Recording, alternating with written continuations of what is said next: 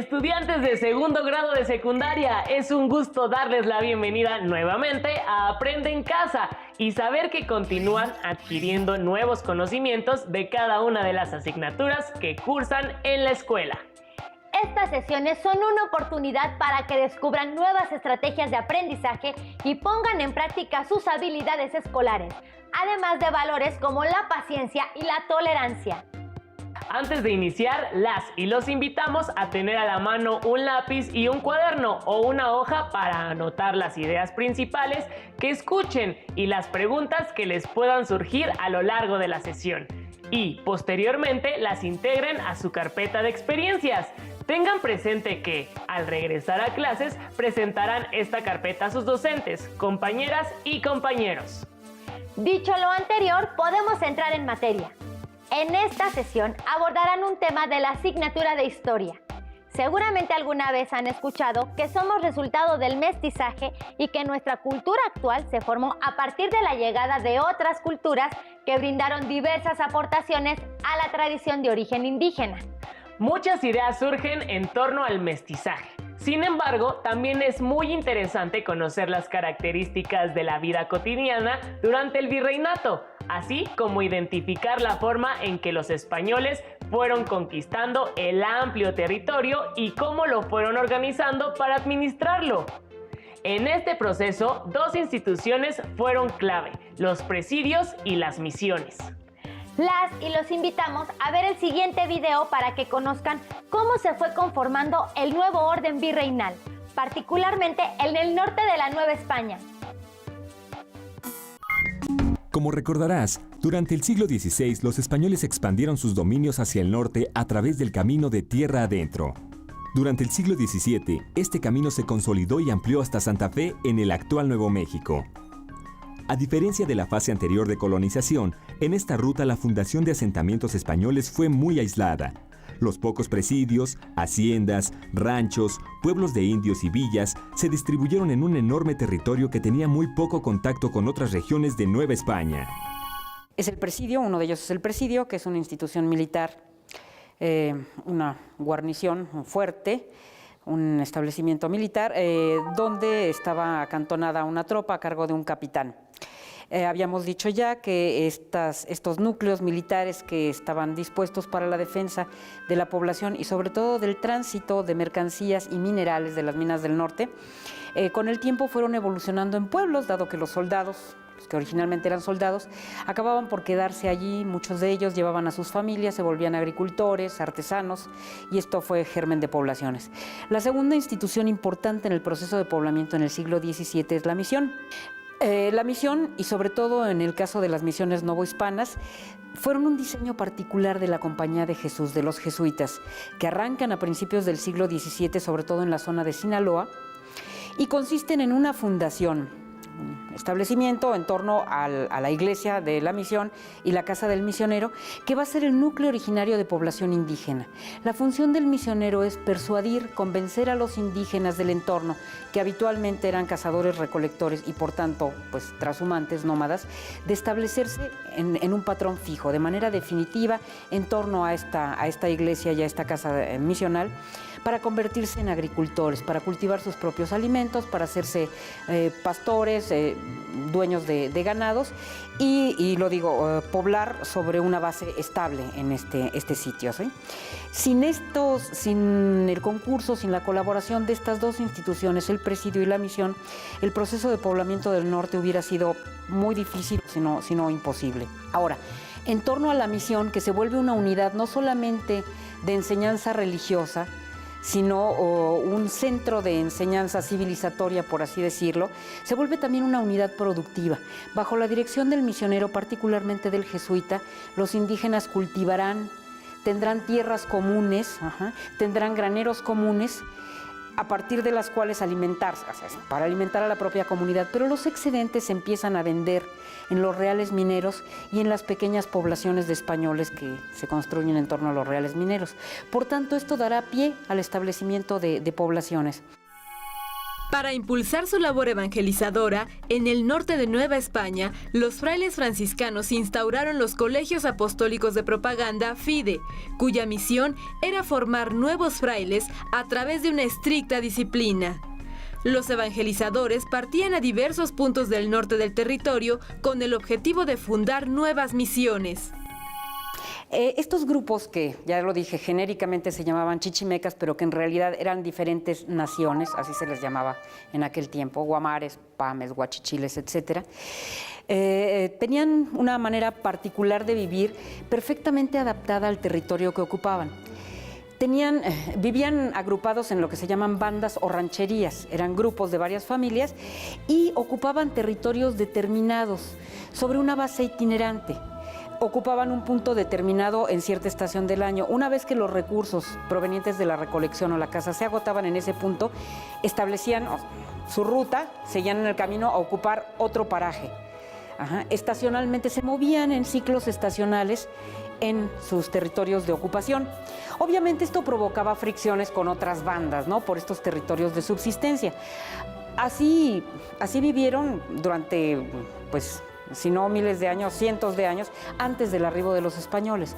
Ahora, en el momento de la llegada de los españoles, este ciclo vital perfectamente integrado con un medio ambiente pues relativamente hostil, no muy fértil, se ve alterado, porque el patrón de ocupación español es distinto. Obviamente no se trata de territorios de recorrido, sino de poblaciones estables, que van a ejercer presión sobre estas tierras antiguamente ocupadas por estos grupos de cazadores-recolectores. Con los españoles viene su ganado. Y el ganado pues ocupa las tierras de estos grupos indígenas, se come los bastimentos que antes normalmente ellos ocupaban, pero los indígenas reconocen también en esta introducción ganadera pues un recurso de alimentación, y en vez de cazar liebres pues empiezan a flechar vacas, ¿no? Con el beneplácito obviamente de los españoles. Va a haber fricciones, pero también hay cambios de vida. Muy pronto los indígenas, que estos grupos chichimecas pues en realidad no se vestían, andaban desnudos, empiezan a reconocer las virtudes de la ropa, ¿no? Van a atacar los convoyes españoles para robar telas, ropas, comida, vacas, etcétera. Y esto va a modificar también con el tiempo su forma de vida. En esto que conocemos como la Guerra Chichimeca, que va de 1550 a 1590, pues no será la misma mentalidad del chichimeca de fines del siglo XVI que de mediados, que se enfrenta a los españoles, al otro que ya conoce, bueno, el uso de la sal para conservar los alimentos, el ponerse una ropa para protegerse del sol, el consumir pues carne de res en vez de lagartija. Todo esto va a modificar su patrón de vida. En muchos casos se incorpora a la misión porque sabe que ahí hay granos seguros. Dejarán de tener estos territorios de recorrido para acercarse cada vez más a los puntos de poblamiento español y asimilarse a esa forma de vida. Es importante que identifiquen que, si bien podemos hablar de la conquista en general, esta tomó formas diferentes de acuerdo con la región o regiones donde se llevó a cabo. Como pudieron observar en el video, la expansión española a través de presidios y misiones en el norte de la Nueva España tuvo sus particularidades, ya que se fue realizando con poblaciones aisladas. ¿Saben cuál era la función de los presidios y las misiones? ¿Cuál creen que haya funcionado mejor? ¿Y por qué? Resultaron muy significativas las tareas que realizaban las misiones, pues en muchas ocasiones lograron que los indígenas se establecieran de forma permanente en algunas comunidades. Y gracias a esos establecimientos se dio paso a unidades productivas, en las que se llevaron a cabo actividades agrícolas, ganaderas o mineras. Además, es interesante el papel que jugaron los evangelizadores para lograr pacificar al reino de la Nueva España, pues transformaron totalmente la forma en que vivían los grupos que habitaban estos territorios. Las y los invitamos a ver el siguiente segmento audiovisual para que conozcan más sobre la labor de los evangelizadores y las maneras en que lograron vincularse tan fuertemente con los indígenas. El proceso de evangelización, es decir, la enseñanza de la doctrina cristiana en la Nueva España, se realizó de manera gradual. Comenzó en el siglo XVI y finalizó a inicios del siglo XIX. Los religiosos trataron de desaparecer las creencias y prácticas religiosas de los indígenas para imponer la fe cristiana. De esta labor se encargaron los primeros frailes de las diversas órdenes religiosas, muchos de ellos humanistas y conocedores de diversas lenguas. ¿Cuáles fueron las principales estrategias de evangelización y qué respuesta obtuvieron de los indígenas? Veámoslo. Luego de la conquista de México Tenochtitlan, comenzó la llegada masiva de grupos religiosos de diversas órdenes mendicantes. En 1523 llegaron 3 franciscanos a la Nueva España a iniciar la misión evangelizadora. Y en 1524 arribaron 12 frailes más de la misma orden. 2 años más tarde, en 1526, llegaron los dominicos, en 1533 los agustinos y en 1572 los jesuitas. Los frailes argumentaban que su objetivo era convertir a los naturales al cristianismo para salvar sus almas. Para los indígenas, esto implicaba cambiar a sus deidades por un solo Dios y modificar sus prácticas religiosas. Al inicio de la evangelización, los frailes se centraron en el estudio y aprendizaje de las lenguas indígenas y en la enseñanza del español y latín, por lo que generaron manuales y catecismos bilingües o multilingües. Las pinturas, grabados e ilustraciones fueron los que más éxito tuvieron debido a su uso tradicional en la transmisión de saberes, por lo que se crearon documentos con características similares, como el Padre Nuestro. También realizaron representaciones teatrales, composiciones musicales y otras prácticas artísticas. Para poder evangelizar, los frailes se apoyaron en los encomenderos y los caciques o señores que seguían gobernando. Se buscó que estos líderes políticos fueran los primeros convertidos a la nueva fe, como ejemplo para sus pueblos. Como parte del proceso de evangelización, los frailes destruyeron esculturas, códices y pinturas del pasado religioso indígena. Además, hicieron que los naturales construyeran conventos y templos para la doctrina cristiana. Estas edificaciones solían contar con un atrio, que era un gran patio que permitía congregar un gran número de personas y en el cual se construyeron capillas abiertas. En el atrio se oficiaban misas al aire libre y se realizaban talleres. Además, servía de cementerio. Durante la evangelización, muchos grupos indígenas se negaron a abandonar su religión y continuaron con algunas de sus prácticas.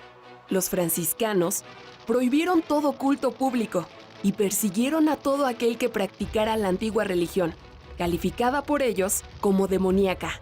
Para evitar el castigo, los naturales que quisieron continuar con sus prácticas ancestrales se vieron obligados a hacerlo en lugares apartados y secretos, como grutas o montañas. También tuvieron que esconder sus deidades y objetos sagrados a fin de resguardarlos. Además, tanto evangelizadores como indígenas se interesaron en adelantar o atrasar fechas de festividades cristianas, para hacerlas coincidir con las fiestas nativas. Con el paso del tiempo, esto dio origen a nuevas prácticas y festividades religiosas que se caracterizaron por fusionar elementos de las religiones mesoamericanas con el cristianismo. En 1571 se estableció formalmente en la Nueva España el Tribunal del Santo Oficio de la Inquisición, cuya tarea era vigilar y castigar la idolatría, procurando que las penas fueran más severas para los españoles que para los indígenas. Hacia los siglos XVII y XVIII, los castigos se recrudecieron. Aún así, no todas las prácticas de la antigua religión desaparecieron, se fusionaron con el cristianismo. El proceso de evangelización no fue totalmente pacífico. Existió resistencia por parte de grupos indígenas que, a escondidas, siguieron con sus prácticas religiosas, en tanto que la Iglesia Católica recurrió a métodos de castigo. Todo ese proceso se prolongó durante siglos y propició el nacimiento de nuevas prácticas y festividades religiosas. En la actualidad, ¿qué elementos cristianos y prehispánicos puedes distinguir en las prácticas religiosas de tu comunidad? ¿Qué les pareció el video? ¿Conocían todos esos datos sobre la presencia de diferentes grupos de evangelizadores?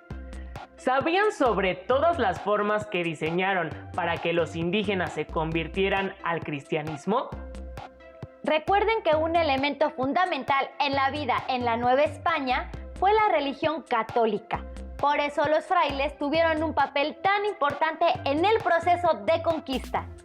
Los frailes ayudaron mucho a los conquistadores para poder llegar a zonas muy alejadas y no solo participaron en la conversión de los indígenas pobres, sino que también se encargaron de la educación de los indígenas que pertenecían a la nobleza.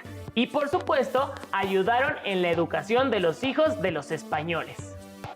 Cabe resaltar que el proceso de evangelización no fue nada sencillo, pues no todos los indígenas aceptaron dejar sus creencias para iniciar nuevas prácticas religiosas y algunos se escondieron para seguir con su religión, arriesgándose a severos castigos. Los evangelizadores contaron con el apoyo de encomenderos y caciques para llevar a cabo esta tarea que lamentablemente en ocasiones fue muy violenta. ¿Cuál consideran que fue el objetivo de la evangelización? Las y los invitamos a señalar los medios que se utilizaron para llevarla a cabo. Acompáñenos a ver el siguiente fragmento audiovisual para que identifiquen cómo se organizó la posesión de la tierra, particularmente a través de las haciendas. La primera de ellas es la que llamamos hacienda y que le dará tono a la historia de México desde el siglo XVII hasta el XIX. La hacienda es, en principio, una propiedad particular de gran extensión y se dedicaba a diversos fines. Hubo las llamadas haciendas de beneficio o haciendas mineras, que eran grandes construcciones con una extensión variable de tierra dedicada a la refinación de minerales, ¿no? Hubo también otros dos tipos de hacienda. La hacienda agrícola, que será la que aprovisione de cereales, de bastimentos, alimentos a los reales mineros. Incluía grandes extensiones territoriales con mano de obra en general indígena, aunque también había mano de obra esclava en ellas, mano de obra de población negra traída del África.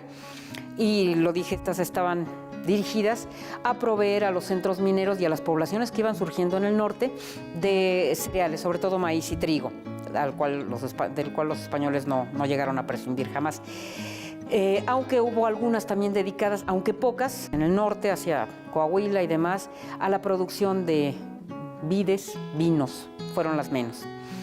Y la última es la hacienda ganadera, o sea, la gran casa con tremendas extensiones en el norte ilimitado, dedicadas a la ganadería de ganado mayor, o sea, el ganado bovino, y ganado menor, reses cabras y ovejas, ¿no? Esa fue la institución de la hacienda, en general en manos de un propietario, cuyos propietarios no residían habitualmente en la gran casa, tenían un cuerpo de administradores y empleados que se hacían cargo de las cuentas, y los trabajadores, que en muchos casos provenían de los pueblos indígenas vecinos, y aportaban mano de obra asalariada. Con el tiempo el sistema se haría cada vez más opresivo, pero el germen de la hacienda se ubica en el siglo XVII. Paralelamente con la hacienda habrá una unidad productiva menor que es el rancho o la ranchería, y que son trabajadores libres, no asalariados, no relacionados con la hacienda, pequeños aparceros que consiguen su propiedad y ellos mismos se hacen cargo del cultivo de sus tierras o de sus propios ganados. Todo esto dará tono y dará color al poblamiento del norte y estas unidades productivas que pervivirán como parte de la característica de la historia del norte novohispano. Muchas de las haciendas del norte de Nueva España fueron importantes centros agrícolas y ganaderos en donde se cultivaba trigo, maíz, garbanzos, chile, entre otros productos. En algunas, además del ganado tradicional, se criaban toros de lidia y caballos de raza para la arriería. Los propietarios vivían en la llamada Casa Grande, mientras los trabajadores habitaban pequeñas chozas cerca de sus lugares de trabajo. ¿Qué les pareció? ¿Sabían cómo fue la conquista y la posterior organización virreinal del norte del país? Ahora saben que la sociedad virreinal estuvo fuertemente dividida en grupos sociales y que cada uno tenía funciones específicas. Además que en el caso del norte se buscó que la población trabajara en las tierras para volverlas productivas. No olviden que el estilo de vida de toda la población se modificó. Comenzaron a probar alimentos nuevos, llegaron animales desconocidos y todo se fue volviendo parte de la vida cotidiana de aquella época. La población indígena de toda la Nueva España convivió de manera cotidiana con españoles, asiáticos y esclavos africanos, para dar origen a una sociedad diferente a la que existía antes de la llegada de los españoles. Todas las costumbres y tradiciones, cultura, así como la forma de organizarse socialmente, fueron resultado de una fusión entre las diferentes culturas. Después de haber visto esta sesión, respondan las siguientes preguntas.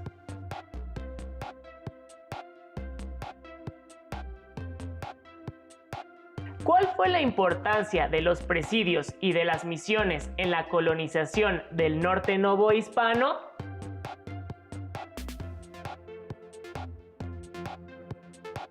¿Cómo evangelizaban los frailes a los indígenas?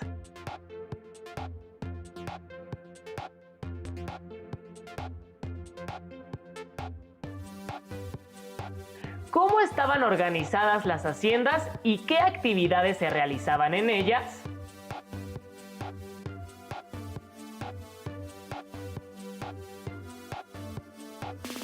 Respondan individualmente estas preguntas y guarden sus respuestas en su carpeta de experiencias.